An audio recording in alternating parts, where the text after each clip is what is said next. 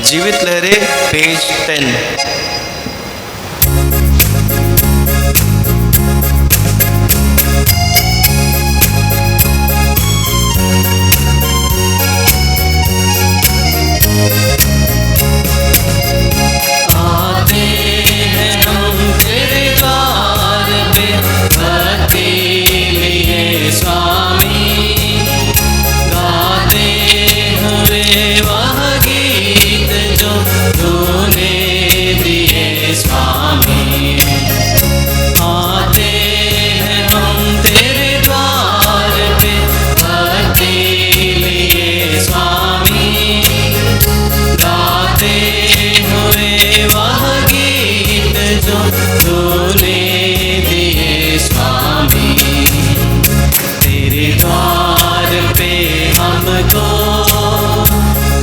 प्रेम तो मिले वंदन अर्चन पूजन करे मिलके तेरे प्यार से भगवन भावना खिले जीवन अपना सुख से भरे मिलके आते हैं हम तेरे द्वार पे भक्ति लिए स्वामी गाते हुए वह गीत जो तूने दिए स्वामी।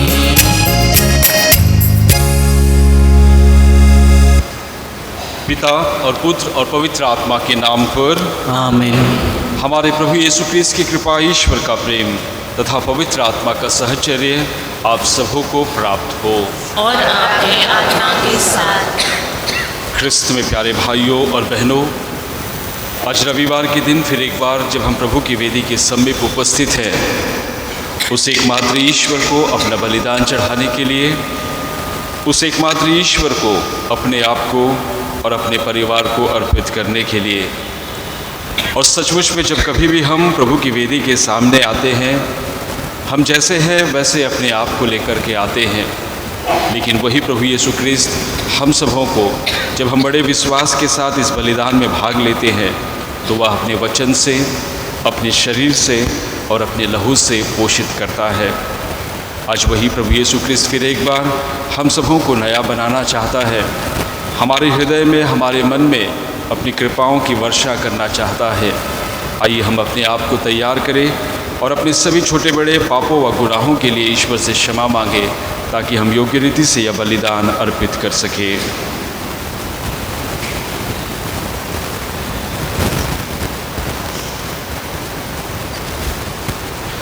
हम सब मिलकर बोले, हे भाइयों और बहनों, मैं सर्वशक्तिमान पिता ईश्वर और आप लोगों के सामने स्वीकार करता हूँ कि मैंने मन, वचन और कर्म से और अपना कर्तव्य पूरा न करने से, अपने कसूर से, अपने भारी कसूर से घोर पाप किया है। इसलिए मैं तुम्हारी धनी मरियम से, सब संतों और आप लोगों से, हे भाइयों और बहनों, विनती करता हूँ कि आप लोग मेरे लिए प्रभु ईश्वर से प्रार्थना करें। सर्वशक्तिमान ईश्वर हम लोगों पर दया करे और हमारे पाप क्षमा कर हमको अनंत जीवन प्रदान करे। आमीन। पेज 34।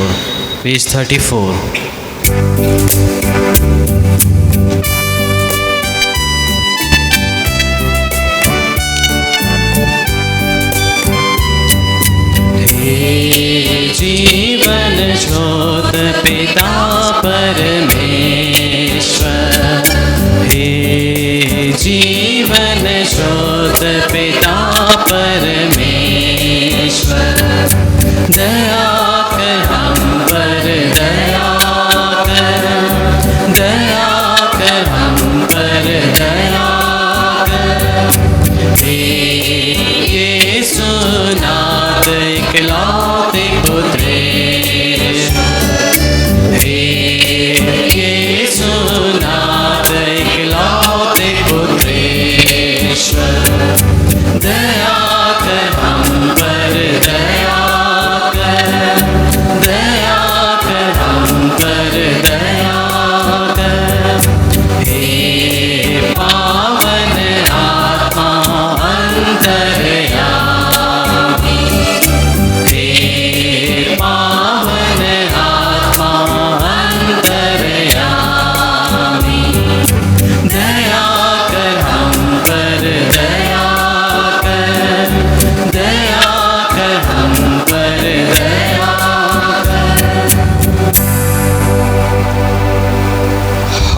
प्रार्थना करें। हे प्रभु हमारे ईश्वर, तेरे पुत्र ने संसार को इतना प्यार किया कि उसने इसके लिए अपने प्राण अर्पित कर दिए। तेरी सहायता पाकर हम बड़ी तत्परता से उसी प्रेम के अनुसार जीवन बिताएं। हम यह दीन प्रार्थना करते हैं अपने प्रभु तेरे पुत्र यीशु ख्रिस्त के द्वारा, जो तेरे तथा पवित्र आत्मा के संग ईश्वर होकर युगानुयुग जीते और राज्य करते हैं। आमीन।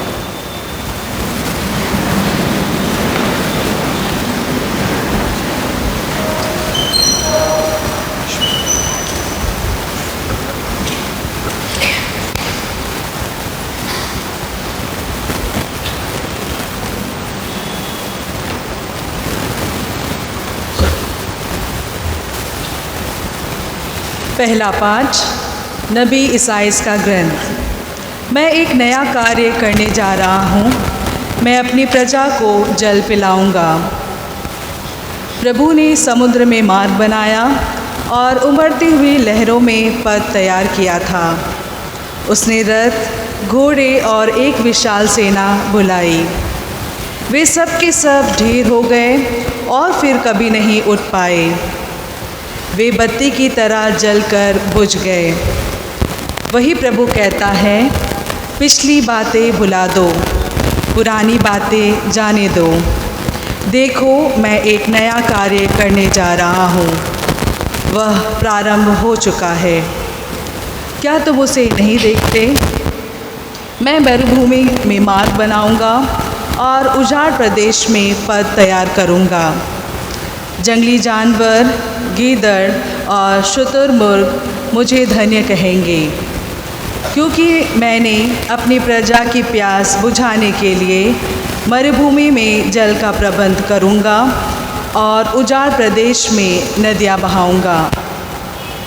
मैं यह प्रजा अपने लिए बनाई है, या मेरा स्तुतिगान करेगी। प्रभु की वाणी।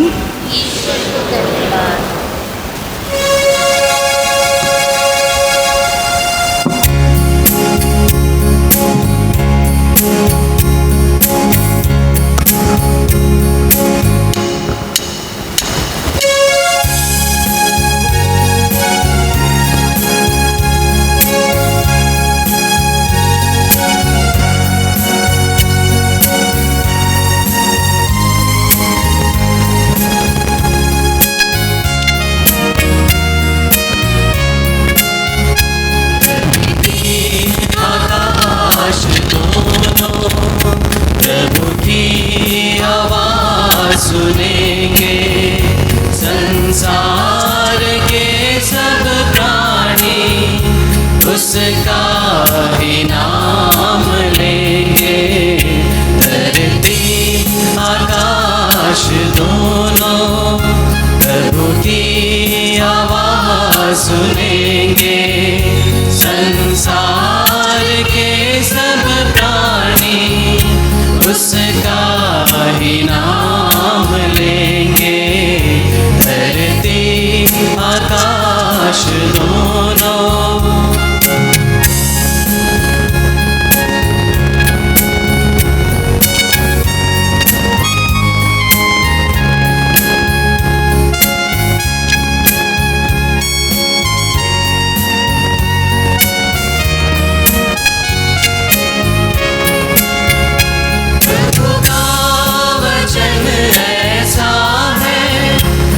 चिराग सा जलता है, उस पर कोई चलता है, जीवन उसे मिलता है।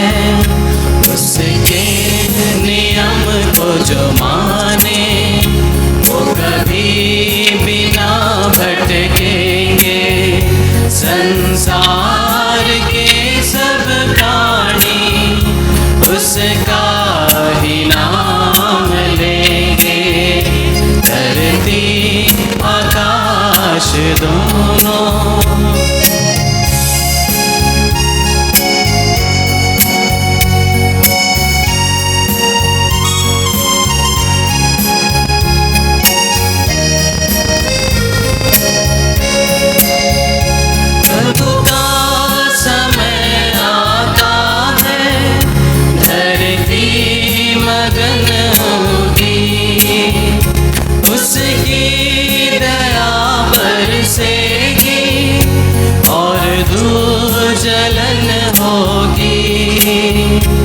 उसके वचन की महिमा और शक्ति हम देखेंगे।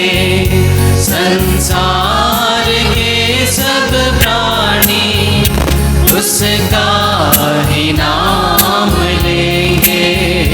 धरती आकाश दोनों प्रभु की आवाज सुनेंगे। संसार के सब प्राणी उसका ही नाम लेंगे। धरती आकाश दोनों।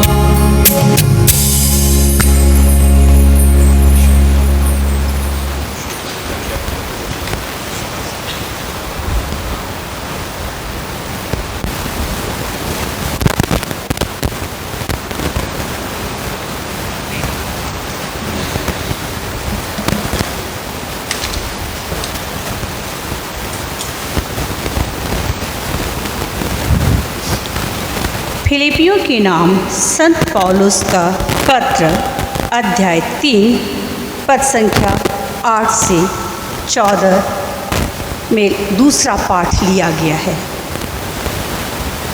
मैं अपने प्रभु यीशु मसीह को जानना सर्वश्रेष्ठ लाभ मानता हूँ और इस ज्ञान की तुलना में हर वस्तु को हानि ही मानता हूँ। उन्हीं के लिए मैंने सब कुछ छोड़ दिया और उससे कूड़ा समझता हूँ, जिससे मैं मसीह को प्राप्त करूँ और उसके साथ पूर्ण रूप से एक हो जाऊँ। मुझे अपनी धार्मिकता का नहीं, जो संहिता के पालन से मिलती है, बल्कि उस धार्मिकता का भरोसा है जो मसीह में विश्वास करने से मिलती है, जो ईश्वर से आती है और विश्वास पर आधारित है।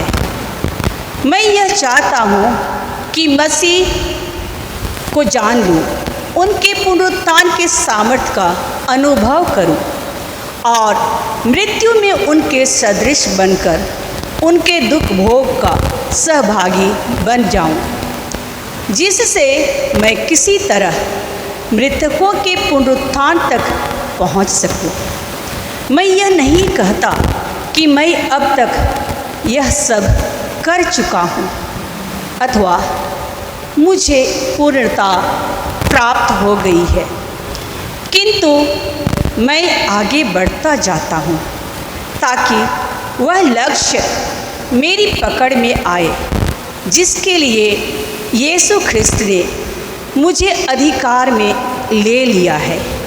भाइयों, मैं यह नहीं समझता हूँ कि वह लक्ष्य अब तक मेरी पकड़ में आ गया है। मैं इतना ही कहता हूँ कि पीछे की बातें भुलाकर और आगे की बातों पर दृष्टि लगाकर मैं बड़ी उत्सुकता से अपने लक्ष्य की ओर दौड़ता जाता हूँ, ताकि मैं स्वर्ग में वह पुरस्कार प्राप्त कर सकूं जिसके लिए ईश्वर ने हमें मसीह यीशु में बुलाया है। प्रभु की वाणी। जय घोष। बुराई नहीं बल्कि भलाई की खोज में लगे रहो, जिससे तुम जीवित रह सको और कि विश्वमंडल का परमेश्वर सचमुच तुम्हारे साथ।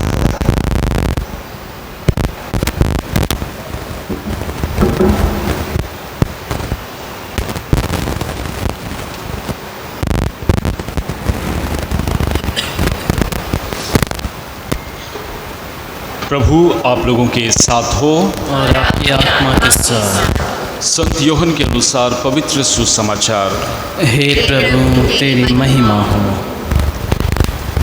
यीशु जैतून पहाड़ चले गए।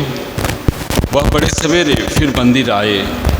सारी जनता उसके पास इकट्ठी हो गई थी और वह बैठकर लोगों को शिक्षा दे रहे थे। उस समय शास्त्री और फरीसी व्यभिचार में पकड़ी गई एक स्त्री को ले आए और उसे बीच में खड़ा कर उन्होंने यीशु से कहा, गुरुवर, यह स्त्री व्यभिचार करते हुए पकड़ी गई है। संहिता में मूसा ने हमें ऐसे स्त्रियों को पत्थरों से मार डालने का आदेश दिया है। आप इसके विषय में क्या कहते हैं? उन्होंने यीशु की परीक्षा करते हुए यह कहा, जिससे उन्हें उन पर दोष लगाने का कोई आधार मिल जाए। यीशु झुककर उंगली से भूमि पर लिखने लगे। जब वे उनसे उत्तर देने के लिए आग्रह करते रहे तो यीशु ने सिर उठाकर उनसे कहा, तुम में से जो निष्पाप हो वही सबसे पहले इसे पत्थर से मारे। और वह झुककर भूमि पर लिखने लगे। यह सुनकर बड़ों से लेकर छोटों तक सब के सब एक एक करके खिसक गए। यीशु अकेले रह गए और वह स्त्री बीच में खड़ी रही। तब यीशु ने सिर उठाकर उससे कहा, नारी, वे लोग कहाँ हैं? क्या एक ने भी तुम्हें दंड नहीं दिया? उसने उत्तर दिया, महोदय, एक ने भी नहीं। इस पर यीशु ने उससे कहा, मैं तुम्हें दंड नहीं दूंगा, जाओ और अब से फिर पाप नहीं करो।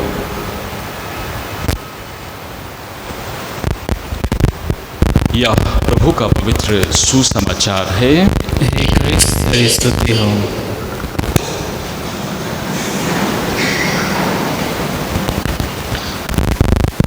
ख्रिस्त में प्यारे भाइयों और बहनों, आज हम चालीसे के 5वें रविवार में प्रवेश करते हैं और चालीसे का 5वां रविवार हम सबों को आमंत्रित करता है कि हम सब ईश्वर की दया पर नरन चिंतन करें।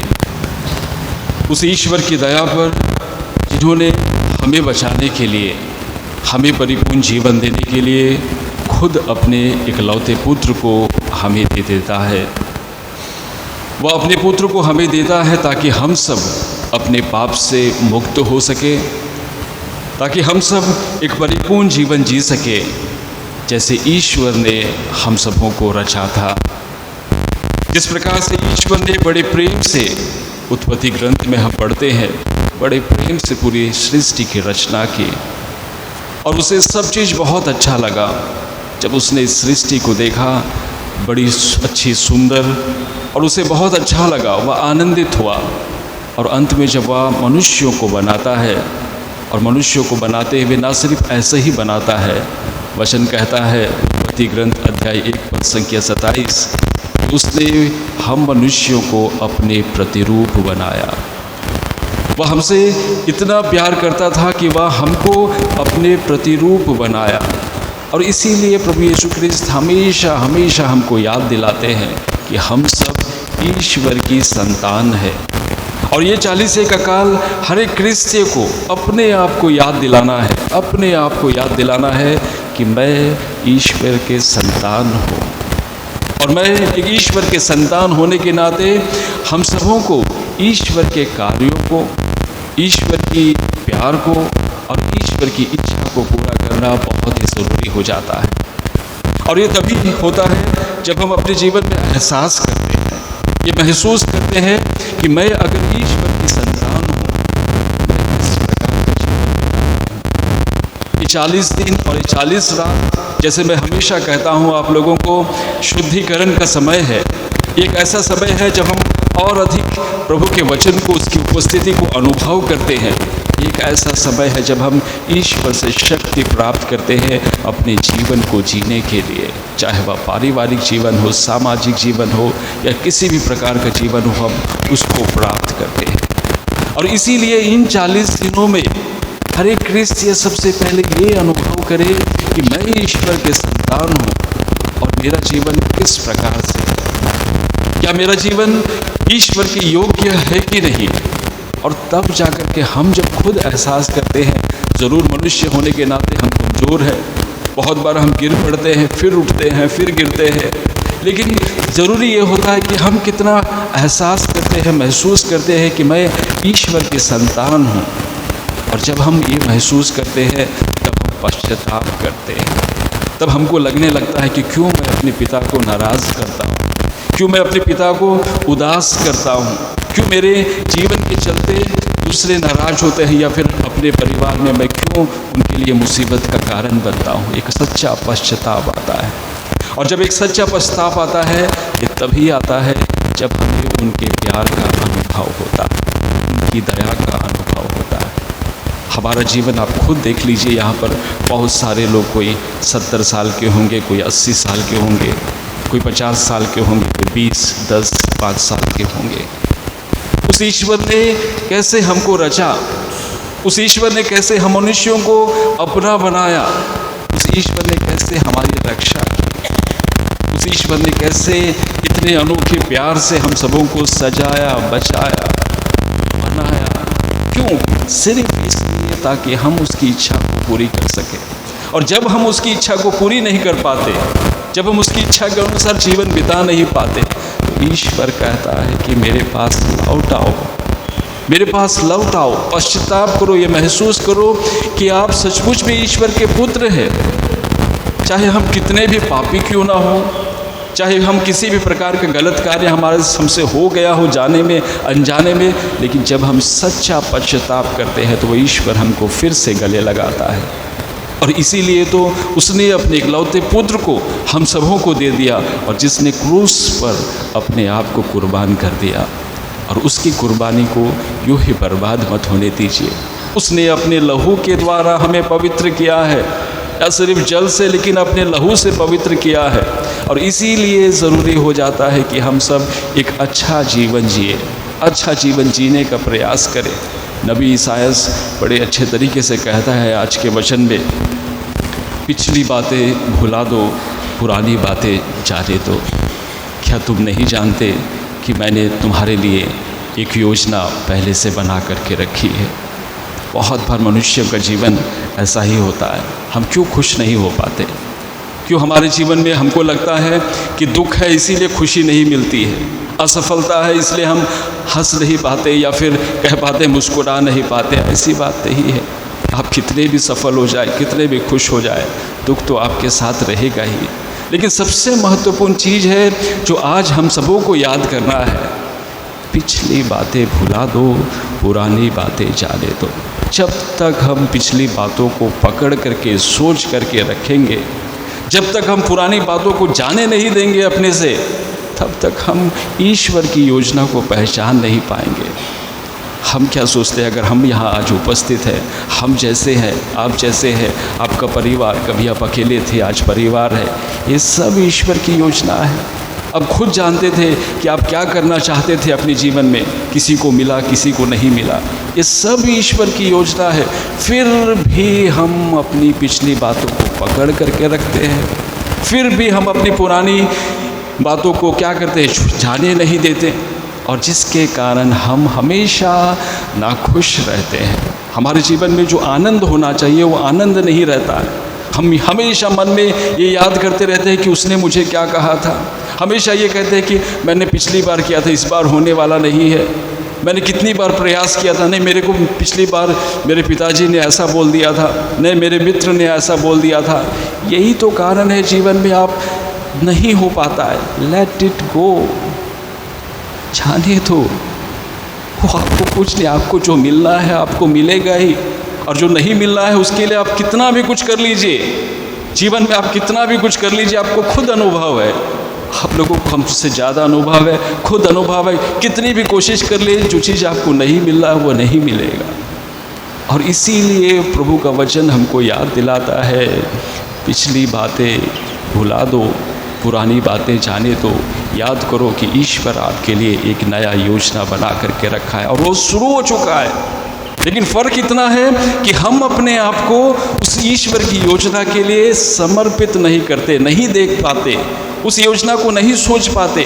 क्यों? क्योंकि हम जकड़े हुए हैं अपनी पिछली बातों पर, पुरानी बातों पर, जिसको हम पकड़ करके रखे हैं, छोड़ते नहीं हैं। और बहुत बार हमारे जीवन में असफलताएं, हमारे जीवन में आनंद हम इसलिए अनुभव नहीं कर पाते क्योंकि हम इनको पकड़ करके खुद अपने जीवन को बर्बाद करते हैं। और इसीलिए प्रभु यीशु ख्रिस्त इस 40 के काल में हम सबों को याद दिलाते हैं कि अपने शत्रु से प्रेम करो, किसी से बैर रख करके कोई फ़ायदा नहीं है। किसी से बैर रख करके कोई फ़ायदा नहीं है। जब हम बैर रखते हैं, दूसरे से घृणा करते हैं, ईर्ष्या करते हैं, खुद को नष्ट करते हैं, खुद की अपनी मानसिक स्थिति, अपनी शारीरिक स्थिति खुद को नष्ट करते हैं। खुद को तो करते हैं, फिर जो आपके साथ रहते हैं उनको भी नष्ट करते हैं, उनसे भी ठीक से बात नहीं होती है। फिर जहाँ आप रहते हैं उनके साथ में, या जहाँ आप काम करते हैं उनके साथ में, आपके चलते, आपके द्वारा आप जब उसको छोड़ नहीं पाते, बैर रखते हो अपने दिल में, अपने मन में, आप सारी चीज़ को नष्ट करते हो। और इसीलिए प्रभु बार बार कहते हैं अपने शत्रुओं से प्रेम करो, बैर मत करो। और जब हम ऐसा करते हैं, कहने का अर्थ है अच्छा उसने बोल दिया, चलो उसने बोल दिया, कोई बात नहीं, जाने दो। जब तक हम लोग जाने नहीं देंगे, जाने दो, कोई बात नहीं। मुझको नहीं लगता, क्योंकि मैं जानता हूँ कि मैं वैसा नहीं हूँ। जाने दो। जब तक हम लोग ये जो रहस्य है जीवन का, जिसे पूरा पवित्र वचन हम सबों को बतलाता है, जाने दो। क्यों पकड़ करके रखे हो, क्यों पकड़ करके उसको रखे हो? और जब तक हम उसको पकड़ करके रखते हैं तो ज़िंदगी का सही स्वाद अपने जीवन में चख करके नहीं चख पाते हैं। और इसलिए ज़रूरी है कि सबसे पहले जब हम ईश्वर की दया का अनुभव करते हैं अपने जीवन में, ईश्वर की कृपा का अनुभव करते हैं, आपकी शक्ति वहाँ से आती है, आपकी कृपा वहाँ से आती है। आप जहाँ पर हो, जिसके साथ हो, वो उसकी योजना वहाँ से आती है। तो इस चीज़ को क्यों हम स्वीकार नहीं कर पाते हैं? और इसीलिए ये 40 का काल, ये 40 दिन और 40 रात हम सबों को यही चीज़ के लिए आमंत्रित करता है कि हम एक सच्चा पश्चाताप करें, अपने आप को देखें कि क्या मैं ईश्वर को अपने जीवन में प्राथमिकता देता हूँ कि नहीं, क्या मेरे जीवन में ईश्वर पहले स्थान पर है कि नहीं, या फिर छोटे छोटे भगवान बना करके, दूसरे ईश्वर बना करके मैं उनको पूजने के लिए जाता हूँ। छोटे छोटे ईश्वर उनको पूजने के लिए जाता हूँ, और वो उसकी क्या होती है, वो जो सबसे ऊपर था अब सबसे नीचे आ जाता है। कहने का अर्थ है, याद कीजिए कि उस दिन को जब आपके पास कुछ भी नहीं था, याद कीजिए उस दिन के बाद जब आप बहुत प्रार्थना करते थे कि मेरा जीवन अच्छा हो जाए, मेरा व्यापार अच्छा हो जाए, या फिर भी एक अच्छी नौकरी मिल जाए, या अच्छे नंबरों से पास हो जाए। याद कीजिए उस दिन कैसे खुद ब खुद घुटने आपके प्रभु के मंदिर के सामने झुकते थे। याद कीजिए उन दिनों को जब आपको बहुत परेशान होते थे, खुद ब खुद आप मोमबत्तियाँ लेकर के माता मरियम के ग्रोटों के पास, आज हो जाने के बाद छोड़ो। जहाँ छोड़ना चाहिए, जहाँ भुलाना चाहिए, वहाँ हम पकड़ करके रखते हैं, और जहाँ पकड़ करके रखना चाहिए हम लोगों को, वहाँ हम छोड़ देते हैं। और यही गलती हर एक इंसान से होती है। और मैं कहता हूँ हम क्रिस्तीय तो धन्य है जिनको हमेशा, विशेष करके हर साल में एक बार तो ज़रूर याद दिलाया जाता है कि हे मनुष्य, तू मिट्टी है, इसी मिट्टी में मिल जाएगा। इस 40 दिन की शुरुआत के दिन ही आपको बताया गया, हे मनुष्य, तू मिट्टी है, मिट्टी में मिल जाएगा। तो सिर्फ एक तरफा जीवन क्यों बिताते हो एक तरफा जीवन, सिर्फ शरीर के लिए, आत्मा के लिए कुछ भी नहीं। और इसलिए ज़रूरी है क्रिस्त में मेरे प्यारे भाइयों और बहनों, ज़रूरी है ईश्वर की दया पर मनन चिंतन करने के लिए। हम लोगों ने 2016 में दया का वर्ष बनाया, ईयर ऑफ मर्सी मनाई हम लोगों ने। हमने पूरे साल ईश्वर की दया का अनुभव किया। मैं चाहता हूँ कि आज रविवार के दिन जब आप इस बलिदान में भाग लेने के लिए यहाँ पर आए, आज अपने जीवन को झांक करके देखिए कि कितनी सारी दया कृपा आपको मिली है, कितने सारे वरदान। कभी कभी ऐसा भी हुआ है जब सोचे भी नहीं होंगे और ईश्वर ने आपको प्रदान किया। अब कभी सोचे भी नहीं कि ऐसा भी हो सकता है क्या, और ईश्वर ने आपको वो दिया। ये जब हम उसकी दया का अनुभव करते हैं, उसको महसूस करते हैं, वो खुद ब खुद हमारे जीवन में कार्य करने लगता है। खुद ब खुद हमारे अंदर में लगता है कि मैं अपने पिता को नाखुश नहीं कर सकता, मैं अपने पिता की इच्छा को मुझे पूरी करना ही है, क्योंकि उसके लिए बना हो, चाहे उसके लिए मुश्किलें आए, कठिनाइयाँ आए, कुछ भी आए। और उसी का जीता जागता उदाहरण आज के सुसमाचार में हम लोग सुनते हैं कि कैसे लोग प्रभु यीशु ख्रिस्त के पीछे पड़े रहते थे। हम सब जानते हैं शास्त्री, फरीसी, उस समय के नेता, यहूदी नेताएं, सब लोग प्रभु यीशु ख्रिस्त के पीछे पड़े रहते हैं कि कैसे इसको पकड़ा जाए, क्योंकि प्रभु यीशु ख्रिस्त के कार्य, प्रभु यीशु ख्रिस्त के प्रवचन, प्रभु यीशु ख्रिस्त के उपदेश उनके हृदय पर घर कर जाती थी। वह ऐसा बोलता था जैसे अधिकार के साथ बोलता था, वह ऐसा कार्य करता था ऐसा लगता था कि मानो दूर भी क्यों ना हो वो कह दे तो चमत्कार हो जाता था। और तब लोग आकर्षित होने लगे और तब ये विरोधी लोग उनके विरुद्ध में उनको पकड़ने के लिए, उनको फंसाने के लिए ढूंढने लगे। और क्या आज का सुसमाचार हमको बताता है, एक व्यभिचार में पकड़ी गई स्त्री को उनके सामने लाते हैं, उनका मन एकदम साफ है। अब प्रभु यीशु ख्रिस्त क्या करेगा, अब प्रभु यीशु ख्रिस्त क्या जवाब देगा, अब तो ये फंस जाएगा और हमें मौका मिल जाएगा इसको सजा देने के लिए। और उनको ला करके मूसा की संहिता याद दिलाते हैं कि मूसा की संहिता में तो ऐसा लिखा गया है कि ऐसी स्त्रियों को पत्थरों से मार डालना चाहिए। और प्रभु यीशु ख्रिस्त चुपचाप जमीन पर झुककर कुछ लिखने लगते हैं और उसके बाद बार बार पूछते, बताइए बताइए क्या करना है, बताइए, क्यों नहीं बोल रहे, बोलिए, बताइए। अब क्या नीचे झुक करके, किसी ने कहा भी होगा, क्या नीचे झुक करके लिख रहे हैं, क्यों सिर झुका दिए हैं, बताइए क्या करना है। और प्रभु का वचन बड़े साफ तरीके से कहता है, तुम में से जो निष्पाप हो वह सबसे पहले पत्थर मारे। जवाब देखिए ईश्वर की योजना, जो ईश्वर का ज्ञान देखिए। ऐसे समय में जहाँ उस स्त्री की मृत्यु होने वाली है, वो स्त्री को लोग पत्थरों से मार डालने वाले हैं, ऐसे समय में प्रभु का वचन कहता है, तुम में से जो निष्पाप है वह सबसे पहले पत्थर मारे। कहने का अर्थ है अपने आप से पूछिए, एहसास कीजिए, महसूस कीजिए कि मैं क्या सचमुच में दंड देने के योग्य हूँ, मैं कितना अच्छा हूँ, क्या मैं पत्थर उठाने के भी लायक हूँ, या उसके बदन पे या उसके शरीर पे फेंक करके उसके मारने का लायक हूँ मैं।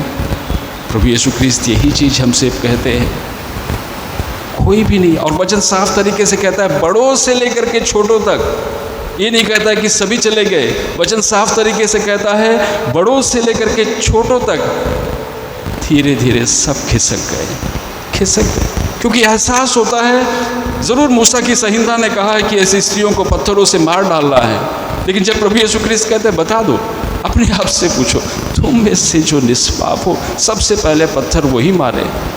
और बड़ों में से बड़े बुजुर्ग, जो भीड़, इतनी सारी भीड़ में तो कुछ भी होता है। आपको मालूम है भीड़ में क्या होता है, इतनी सारी भीड़ होती है, कोई चोरी होता है, किसी की मर्डर हो जाती है, जो चाहता है किसी के साथ बदतमीजी करना चाहता है बदतमीजी करता है। भीड़ तो कुछ भी कर लेता है, पता नहीं चलता है। इस भीड़ में लोग वही तमाशा देखने के लिए आए थे। और फिर क्या करता है प्रभु यीशु ख्रिस्त की बातें सुन करके बड़ों से लेकर के छोटे धीरे धीरे सब खिसक जाते हैं। कहने का अर्थ है प्रभु यीशु ख्रिस्त हम सबों को एहसास दिलाना चाहता है कि हमारा पिता, जिस ईश्वर को हम मानते हैं, जिस ईश्वर पर हम विश्वास करते हैं, हम जैसे हैं वैसे वो हमको स्वीकार करने के लिए तैयार रहता है। हम जैसे भी हैं, हमारा जीवन जैसे भी, जब हम पश्चाताप करते हैं वह हमारे पापों को क्षमा करने के लिए हमेशा तैयार रहता है। नबी ईसायास कहते हैं, आओ हम बैठकर विचार करें, आओ हम बैठकर बातें करें, आओ हम एक दूसरे से मिल कर के बातें करें। तुम्हारा पाप सिंदूर की तरह लाल भी क्यों ना हो, कितना भी लाल, कितना भी गहरा क्यों ना हो, मैं उसको सबको माफ़ कर दूंगा। लेकिन हम आना नहीं चाहते, बातें नहीं करना चाहते। मैं सब जानता हूँ, मुझको ज़रूरत नहीं। कभी ये नहीं सोचते दूसरों के लिए जब हम कुछ बोलते हैं, दूसरों के लिए जब हम कुछ बोलते हैं, वो ऐसा है, ये ऐसा है, वो ऐसा है। अब कभी अपने अंदर में झांक करके देखिए कि मैं कैसा हूँ, क्या मैं इस योग्य हूँ कि उसके लिए एक शब्द बोल सकूँ। पत्थर उठाने की तो बात छोड़ो, क्या मैं उसके लिए एक शब्द बोल सकूँ। झुकने की तो बात छोड़ो, ज़मीन पर झुक करके पत्थर उठाना, पत्थर कहीं ऊपर से आप खड़े खड़े नहीं, उसके लिए आपको झुकना पड़ता है, उसके लिए आपको झुकना पड़ता है। पत्थर उठाने की तो बात छोड़ो, कम से कम क्या मैं अपनी ज़ुबान से एक शब्द उसके लिए बोल सकता हूँ। और हम कितने, एक नहीं, उधर से 2 आया तो यहाँ से 10, वहाँ से 10 आया तो यहाँ से 10,000, टक टक टक, कोई रुकावट नहीं, टक टक टक। जो सोचा भी नहीं होगा, पैदा भी नहीं हुआ, तो पैदा होने से पहले से लेकर के अब तक की सारी बात टक टक टक टक टक टक टक टक टक टक। और क्या आप सोचते हैं कि उसकी हानि कर रहे हो, आप खुद की हानि कर रहे हो। और इसीलिए प्रभु यीशु ख्रिस्त हमेशा कहते हैं माफ़ करो, बैर मत करो इस बार, क्योंकि जीवन में अगर आप सफल होना चाहते हो तो यही एक रहस्य है। यही एक रहस्य है कि पुरानी बातें, पिछली बातें भुला दो, पुरानी बातें जाने दो और ईश्वर की योजना को देखने का प्रयास करो कि कुछ अच्छा है। बहुत बार हमारे जीवन में तकलीफ़ें होती है, परेशानियां होती है, कठिनाइयां होती है, जीवन सफल नहीं होता, प्रयास करते हो गिर जाता है, लगता है जीवन खत्म हो गया। नहीं नहीं, प्रभु का वचन कहता है नहीं, क्योंकि तुम्हारे लिए एक योजना है। हो सकता है कि इस चीज़ से ईश्वर आपको मजबूत करना चाहता है। हो सकता है कि आपकी कमजोरी में ईश्वर ये चाहता है कि इन कमजोरियों के द्वारा आप मजबूत हो सकता है कि आप बहुत बार अपने जीवन में करना चाहते हैं, प्रयास करते हैं, सब चीज़ करते हैं, लेकिन फिर भी असफल हो जाते हैं। किसी व्यापार में हो सकता है, या फिर किसी कार्यों में हो सकता है, या अपनी पढ़ाई में हो सकता है। बहुत करना चाहते हैं, बहुत मेहनत करना चाहते हो, और जो आप देखते भी हो कि आपका मित्र या आपका साथी या कोई भी हो, कुछ मेहनत नहीं करता, तुरंत आगे बढ़ जाता है, तुरंत अच्छे नौकरियाँ मिल जाती है। लेकिन आपके लिए ईश्वर की योजना अलग है। आप में जो ताकत है सहने की, आप में जो ताकत है सब्र करने की, आप में जो ताकत है धैर्य की, उसमें नहीं है। वो चीज़ क्यों नहीं देखते हो अच्छाई, बस ये देखते हो उसको क्यों, मुझको क्यों नहीं। ईश्वर आप पे कार्य करना चाहता है, कुछ बड़ा देना चाहता है। तभी तो होता है जब ज़्यादा दर्द होती है, तकलीफ़ होती है, परेशानी होती है, तब तो जा कर के हम लोगों को ईश्वर की कृपा का अनुभव होता है। हम सिर्फ ये सोचते हैं उसको क्यों नहीं, मेरे साथ ऐसा क्यों होता नहीं, क्योंकि ईश्वर आपसे बड़ा कराना चाहता है, बड़ा देना चाहता है, आपके जीवन को और अधिक मजबूत बनाना चाहता है। और इस चीज़ को जब हम सफल नहीं समझ पाते हैं अपने जीवन में, तब हम हमेशा निराश व उदास होते हैं, हमेशा हम हताश हो जाते हैं। और यही है जीवन का रहस्य कि हम लोगों को सबसे पहली चीज़ हमेशा इस चीज़ को याद रखना चाहिए कि ईश्वर ने हमारे लिए योजनाएं बनाई है। ये परेशानियाँ, ये विपत्तियाँ, ये कठिनाइयाँ, बहुत बार हम लोगों को लगता है कि ये क्यों मेरे ऊपर ईश्वर भेज रहा है, ये आपको मजबूत कर रहा है। बहुत बार हमारे माँ बाप हमको डांटते हैं या फटकारते हैं या समझाते हैं, बड़े समझाते हैं, ये सब चीज़ आपको मजबूत करता है। आप कैसे लेते हैं ये फ़र्क पड़ता है। और इसका जीता जागता उदाहरण आप खुद देखिए। बस अंत में इतना ही कहना चाहूँगा, खुद देखिए इसका जीता जाता उदाहरण। झरनों से संगीत है बनता, पत्थरों से टकराने से। ये झरने बहते हैं, जब तक वो पत्थर से टकराएगा नहीं, उसमें से आवाज़ नहीं आएगी। झरनों से संगीत है बनता, पत्थरों से टकराने से तूफ़ान भी तोहफा बन जाता है। तूफ़ान भी, परेशानियाँ भी, कठिनाइयाँ भी उपहार तोहफा बन जाता है। याद रखिए, उस क्रूस को गले लगाने से, जिस दिन आप उस क्रूस को गले लगा लोगे, आपकी परेशानियों को, आपके दुख को, आपके कष्ट को देखिएगा, जो आनंद आपको मिलेगा, आपको लगेगा कि फ़र्क नहीं पड़ता, क्योंकि मेरे को इसी रास्ते से सफल होना है, यही एक रास्ता है। और जब आप उसको गले लगा लोगे तो फिर कुछ भी आपको हताश ना कर पाएगा, आपको कभी निराश ना कर पाएगा। हमेशा याद रखिए, झरनों से संगीत है बनता, पत्थरों से टकराने से तूफ़ान भी तोहफा बन जाता है। मैं कहता हूँ उस क्रूस को गले लगाने से।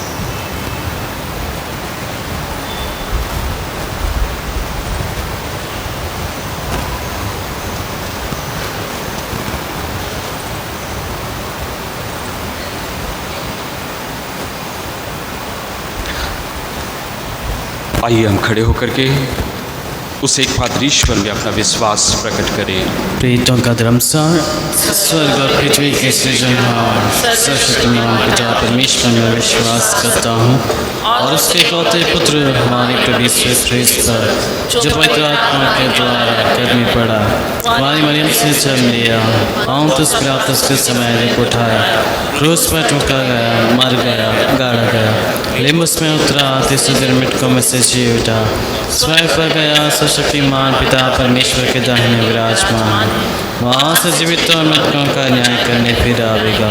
मैं पवित्र आत्मा पर, पवित्र काव्य कलीसिया, धर्मियों के संबंध, पापों की क्षमा, देह के पुनरुत्थान और अनंत जीवन पर विश्वास करता हूँ। आमीन। प्रिय भाइयों और बहनों, हमें नित्य प्रार्थना करनी चाहिए। आइए हम विशेष रूप से इस 40 काल में क्रिस्त के साथ प्रार्थना में अधिक सजग होकर अपने निवेदन ईश्वर को भक्तिपूर्वक चढ़ाए।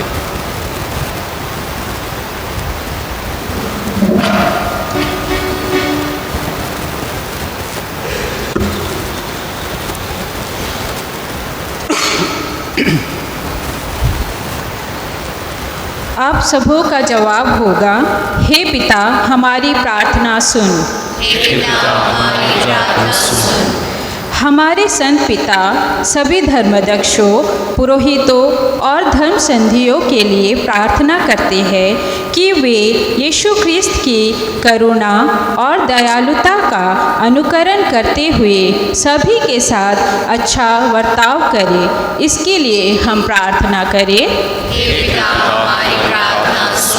सभी ख्रिस्तीय विश्वासी जो ईश्वर के विधान को संस्कारों के द्वारा स्वीकार किए हैं, उन्हें आशीष की प्राप्ति हो और ईश्वर के प्रेम में बने रहने के लिए उन्हें शक्ति मिलती रहे।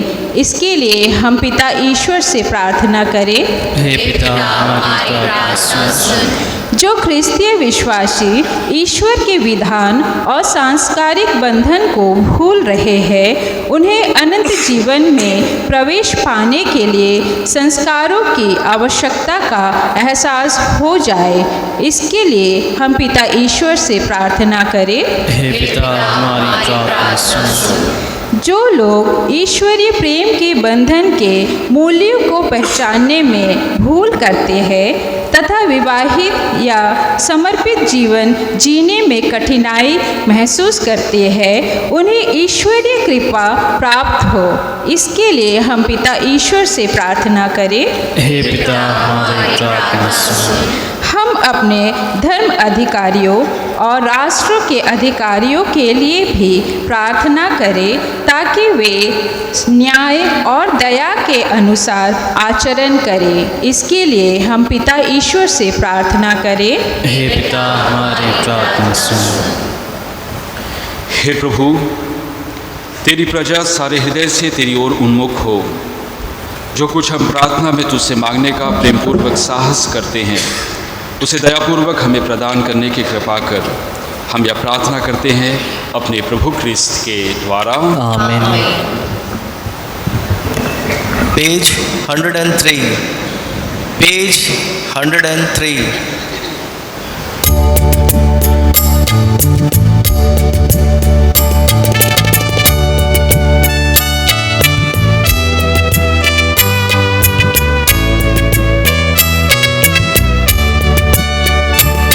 अपने प्रभु की सेवा में सब अपना दान करो।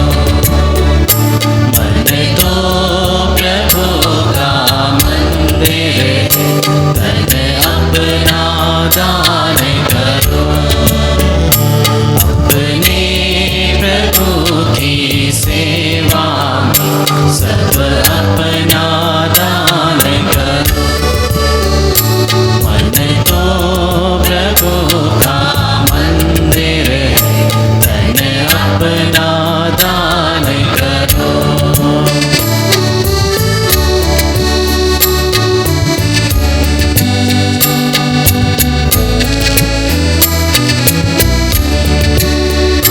है याद तुम्हें जग में, तुम पाप के सागर में।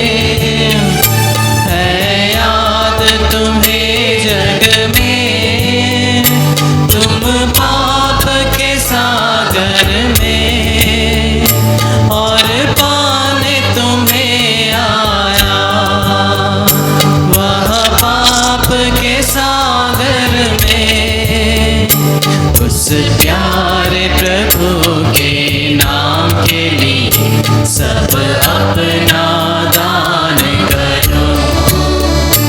मन तो प्रभु का मंदिर है, तन अपना दान करो। अपने प्रभु की सेवा में सब अपना दान करो। मन तो प्रभु का मंदिर है, तन अपना दान करो। भाई और बहनों, प्रार्थना कीजिए कि सर्वशक्तिमान पिता ईश्वर मेरा और आप लोगों का यह बलिदान ग्रहण करें। प्रभु अपने नाम की स्तुति तथा महिमा के लिए और हमारे तथा अपने समस्त पवित्र कलीसिया के लाभ के लिए आपके हाथों से बलिदान स्वीकार करें। हे सर्वशक्तिमान ईश्वर, तूने अपने सेवक सेविकाओं को क्रिस्त विश्वास की शिक्षा से पोषित किया है। ऐसा वर दे कि इस बलिदान के प्रभाव से हम परिशुद्ध हो जाएं। हम यह प्रार्थना करते हैं अपने प्रभु क्रिस्त के द्वारा। आमीन। प्रभु आप लोगों के साथ हो और आपकी आत्मा के साथ। प्रभु में मन लगाइए। हम प्रभु में मन लगाए हैं। हम अपने प्रभु ईश्वर को धन्यवाद दें। यह उचित और न्याय संगत है। हे प्रभु पवित्र पिता सर्वशक्तिमान और शाश्वत ईश्वर, यह वास्तव में उचित और न्याय संगत है। हमारा कर्तव्य तथा कल्याण है कि हम सदा और सर्वत्र अपने प्रभु क्रिस्त के द्वारा तुझे धन्यवाद दें। सच्चा मनुष्य होने के कारण इन्होंने अपने मित्र लाजरुस के लिए आंसू बहाए और शाश्वत ईश्वर होने के कारण उसे कब्र से पुनर्जीवित किया। ये मानव जाति पर तरस खाकर हमें पवित्र संस्कारों द्वारा नवजीवन प्रदान करता है। इन्हीं के द्वारा स्वर्गदूतों की सेना तेरे प्रताप की आराधना करती और तेरे सम्मुख सदा सर्वदा हर्ष मनाती है। उन्हीं के स्वर में स्वर मिलाकर हम भी उल्लासपूर्वक तेरा स्तुति गान करते हैं। पवित्र पवित्र पवित्र प्रभु मंडल के ईश्वर, स्वर्ग और पृथ्वी तेरी महिमा से परिपूर्ण है। सब स्वर्ग में होसाना, धन्य है वे जो प्रभु के नाम पर आते हैं। सर्व स्वर्ग में होसाना।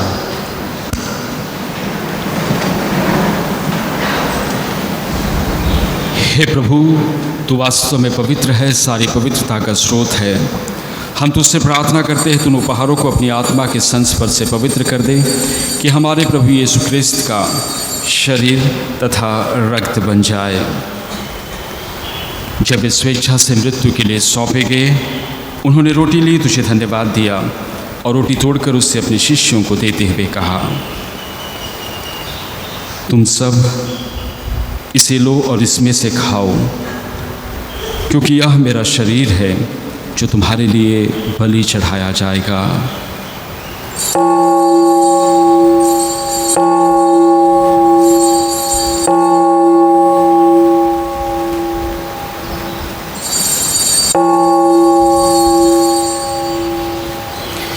इसी भांति भोजन के बाद उन्होंने कटोरा लिया, तुझे धन्यवाद दिया और उसे अपने शिष्यों को देते हुए कहा,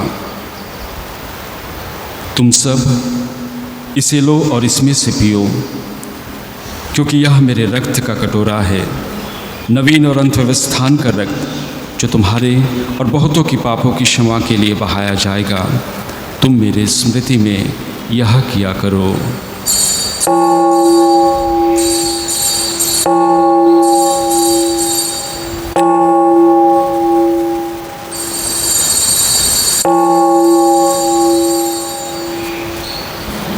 विश्वास का रहस्य।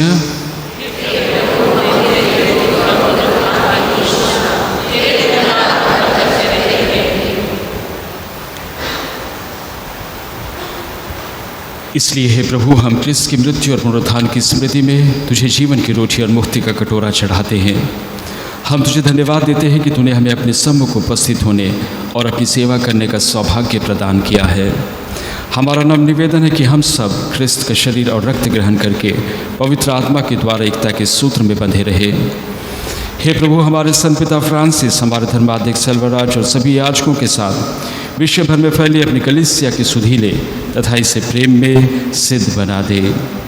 हे प्रभु, अपनी सेवक सेविकाओं की सुधीले पीयूष लकड़ा, एडविन, संदनम, सालोमी, मोहनदास, जेरोम्बा, Alexius, K G Peter, K G Varghese, K James, भिया जेम्स, रमेश कुल्लू, कुमारी क्रिकेटा, जिनको तूने इस लोक से अपने यहाँ बुला लिया है, इन्हें यह वर दे कि जैसे ये बपतिस्मा में तेरे पुत्र के मृत्यु के सहभागी हुए थे, वैसे ही उनके पुनरुत्थान का भी सौभाग्य प्राप्त करें। हमारे उन भाई बहनों की भी सुधीले जो पुनरुत्थान की आशा में परलोक सिधार चुके हैं, उन्हें और सभी मृतकों को अपने दर्शन का सौभाग्य प्रदान कर हम सब पर दया दृष्टि डाल के हम भी अनंत जीवन के सहभागी बने और ईश्वर की माता धन्य कुमारी मरियम, उनके वर धन्य योसेफ, धन्य प्रेरितों तथा सब संतों के साथ जो युग युग में तेरे प्रति विश्वस्त बने रहें तेरी स्तुति और महिमा कर सके तेरे पुत्र यीशु ख्रिस्त के द्वारा। इन्हीं प्रभु ख्रिस्त के द्वारा, इन्हीं के साथ और इन्हीं में हे सर्वशक्तिमान पिता ईश्वर पवित्र आत्मा के साथ सारा गौरव तथा सम्मान युगानुयुग तेरा ही है। आमीन। आमीन।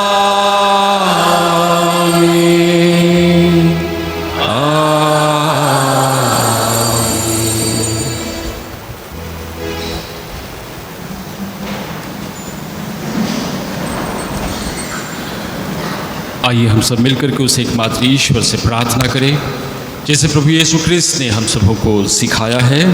हे हमारे पिता जो स्वर्ग में है, तेरा नाम पवित्र माना जाए, तेरा राज्य आए, तेरी इच्छा जैसे स्वर्ग में है वैसे इस पृथ्वी पर भी हो। हमारा प्रतिदिन का आहार आज हमें दे, और हमारे अपराध हमें क्षमा कर जैसे हम भी अपने अपराधों को क्षमा करते हैं, और हमें परीक्षा में न डाल परंतु बुराई से बचा। हे प्रभु, हम तुझसे प्रार्थना करते हैं सभी बुराइयों से हमें बचा और इस जीवन में हमें कृपापूर्वक शांति प्रदान कर। हम तेरी दया से सदा पाप से दूर और हर विपत्ति से सुरक्षित रहे और उस दिन की प्रतीक्षा करते रहे जब हमारे मुक्तिदाता यीशु ख्रिस्त फिर आकर हमारी धन्य आशा पूरी करेंगे। क्योंकि तेरा राज, तेरा सामर्थ्य और तेरी महिमा अनंत काल तक बनी रहती है। हे प्रभु यीशु ख्रिस्त, तूने अपने प्रेरितों से कहा है, मैं तुम्हारे लिए शांति छोड़ जाता हूँ, अपनी शांति तुम्हें प्रदान करता हूँ। तू हमारे पापों पर नहीं, अपनी कलीसिया के विश्वास पर दृष्टि डाल और उसे शांति तथा एकता प्रदान कर। तू युगानुयुग जीता और राज्य करता है। आमीन। प्रभु की शांति सदा आप लोगों के साथ हो और आपकी आत्मा के साथ। परस्पर शांति अभिवादन कीजिए। पेज 122।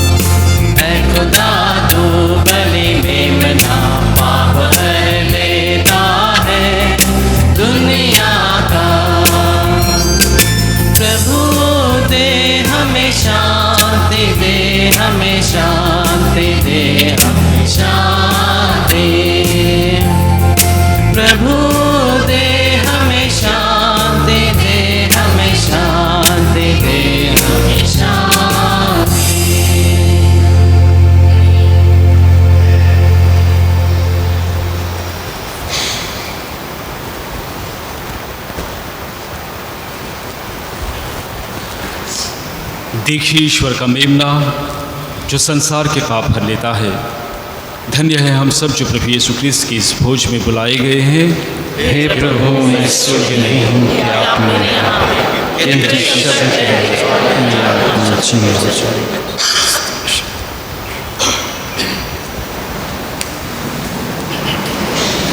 Page 151, page 151।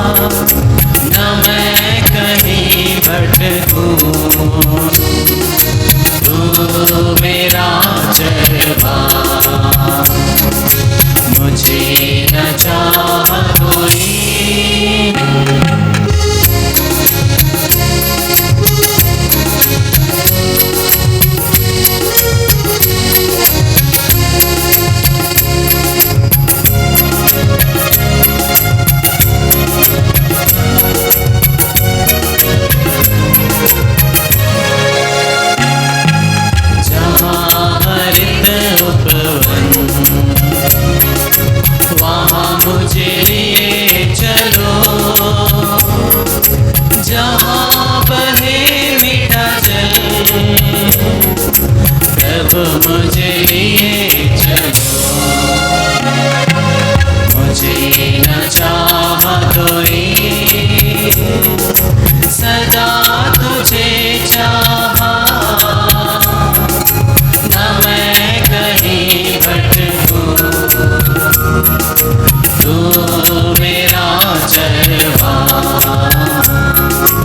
मुझे न चाहा कोई।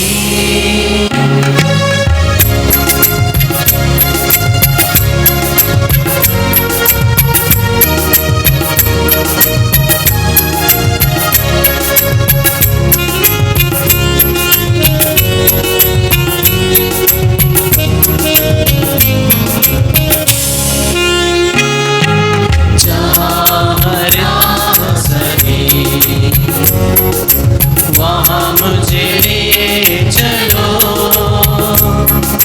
जहाँ हो सत्य अचल, प्रभु मुझे ले चलो, मुझे न चाहा कोई,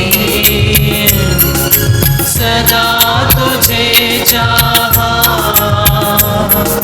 न मैं कहीं भटकूं, तू मेरा चरवा, मुझे न चाहा कोई।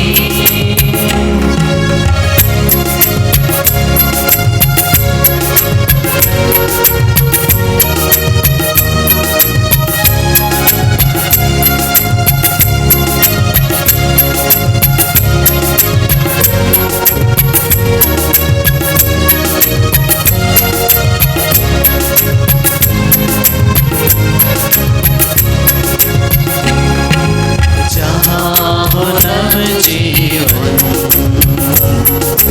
वहाँ मुझे लिए चलो, जहाँ न घेरे, प्रभु मुझे लिए चलो, मुझे न चाहा कोई, सदा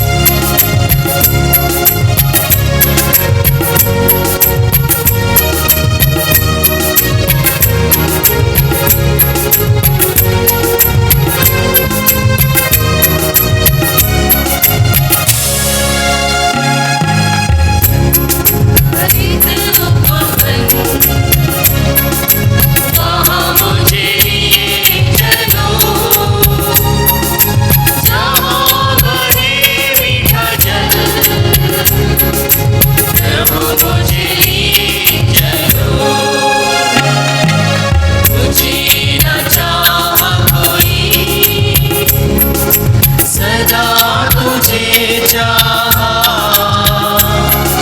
न मैं कहीं भटकूं, तू मेरा चरवा, मुझे न चाहा कोई।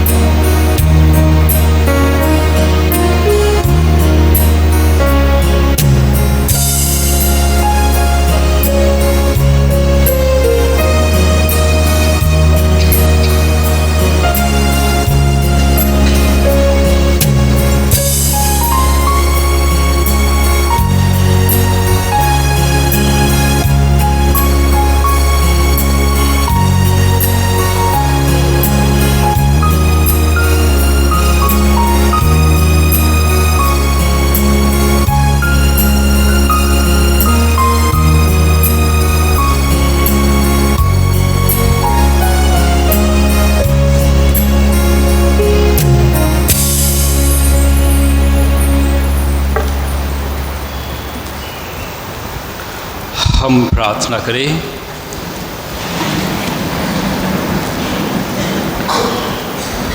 हे सर्वशक्तिमान ईश्वर, हम क्रिस्त का शरीर तथा रक्त ग्रहण करके सदा उनके शरीर के अंगों में गिने जाए, यह वर दे हमारे प्रभु क्रिस्त के द्वारा।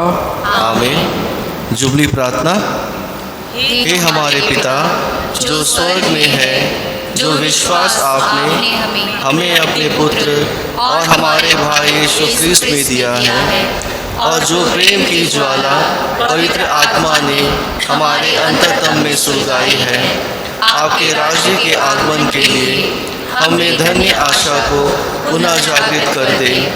आपकी कृपा हमें सुसमाचार के बीज बोने वाले मेहनती कृषकों में परिवर्तित कर दे, जो मानवता और सृष्टि को नया स्वर्ग और नई पृथ्वी बनाए जाने की आशा की ओर अभिमुख करे, जहाँ सभी बुराइयों का अंत होगा और आपकी महिमा अनंत काल तक प्रकट होगी।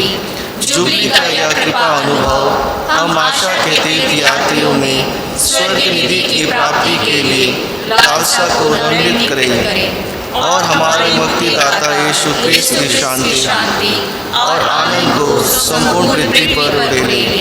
युगों युगों से धन्य हे शाश्वत ईश्वर, आपकी स्तुति और महिमा सदा होती रहे। आमीन। कृपया बैठ जाएं।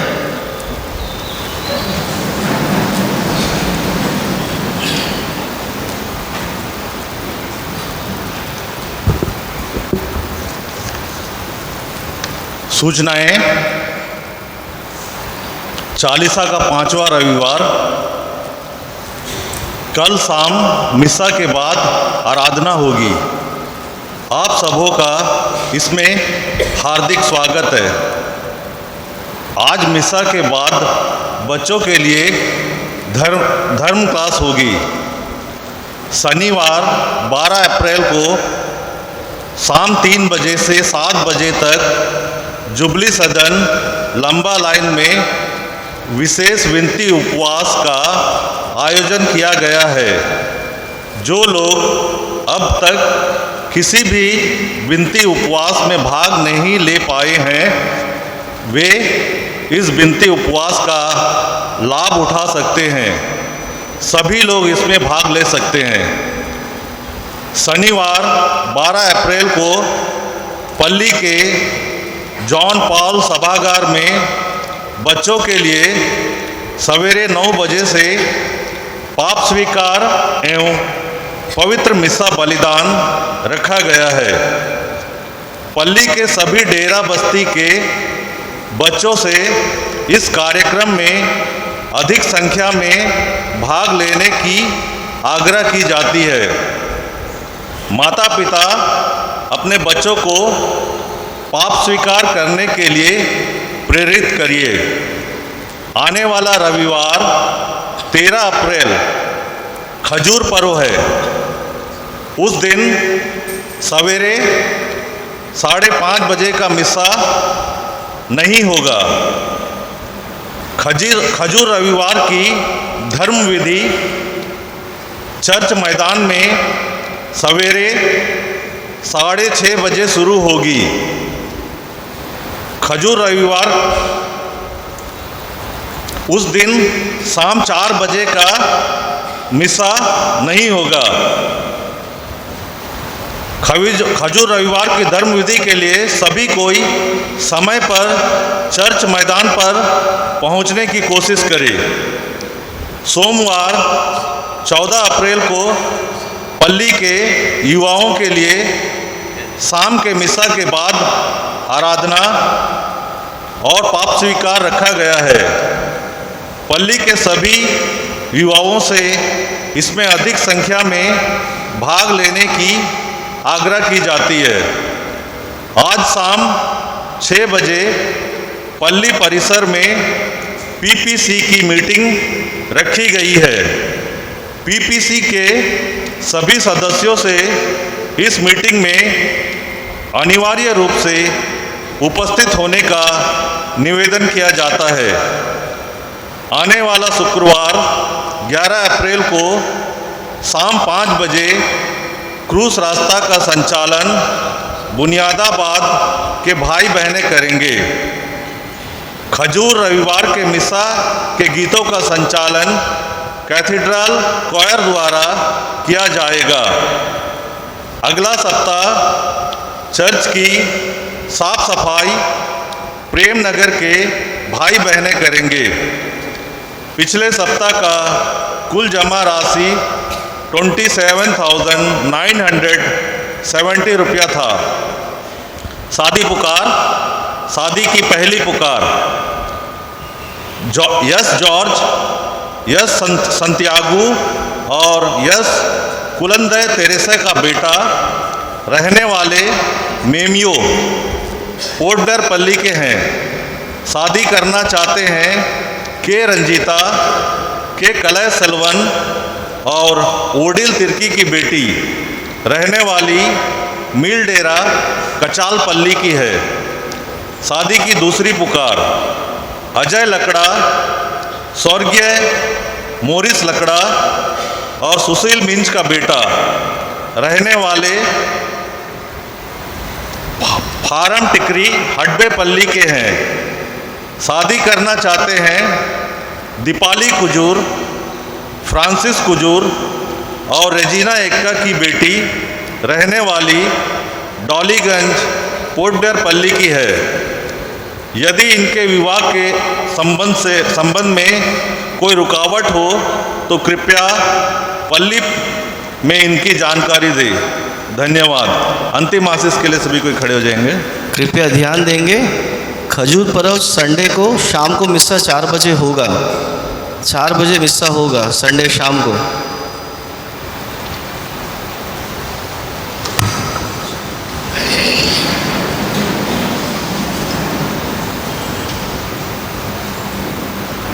हे प्रभु, तेरी दया की अभिलाषी अपनी प्रजा को आशीष दे।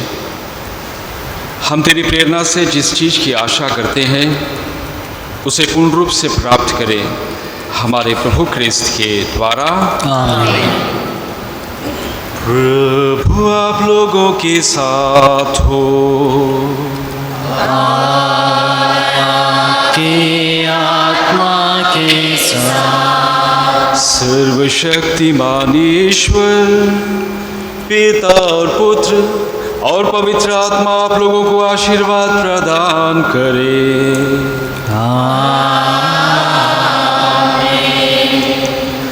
आप लोग विदा लें। मिस्सा संपन्न हुआ। ईश्वर को धन्यवाद। Page 194, page 194।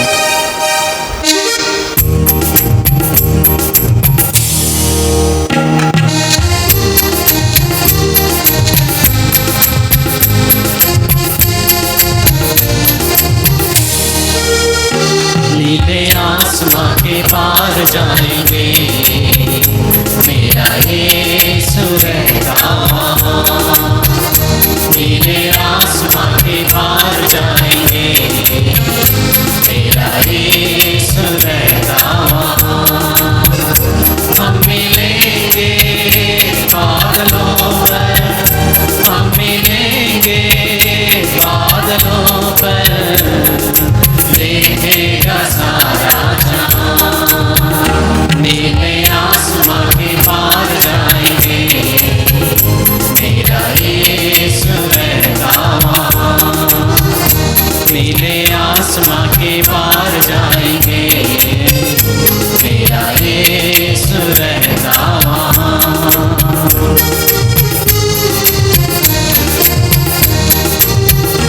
उसका कोई भी वादा ना होगा अधूरा, हर एक वादा उसका होता है पूरा। उसका कोई भी वादा, उसका कोई भी वादा ना होगा अधूरा, हर एक वादा उसका होता है पूरा। उसका कोई भी वादा, उसके आने का वादा भी पूरा होगा, देखेगा सारा जहां। उसके आने का वादा भी पूरा होगा, सारा जहां।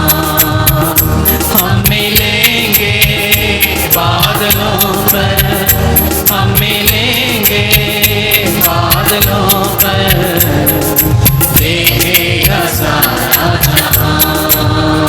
नीले आसमां के पार जाएंगे, मेरा यीशु रहता वहाँ। नीले आसमां के पार जाएंगे, मेरा यीशु रहता वहाँ।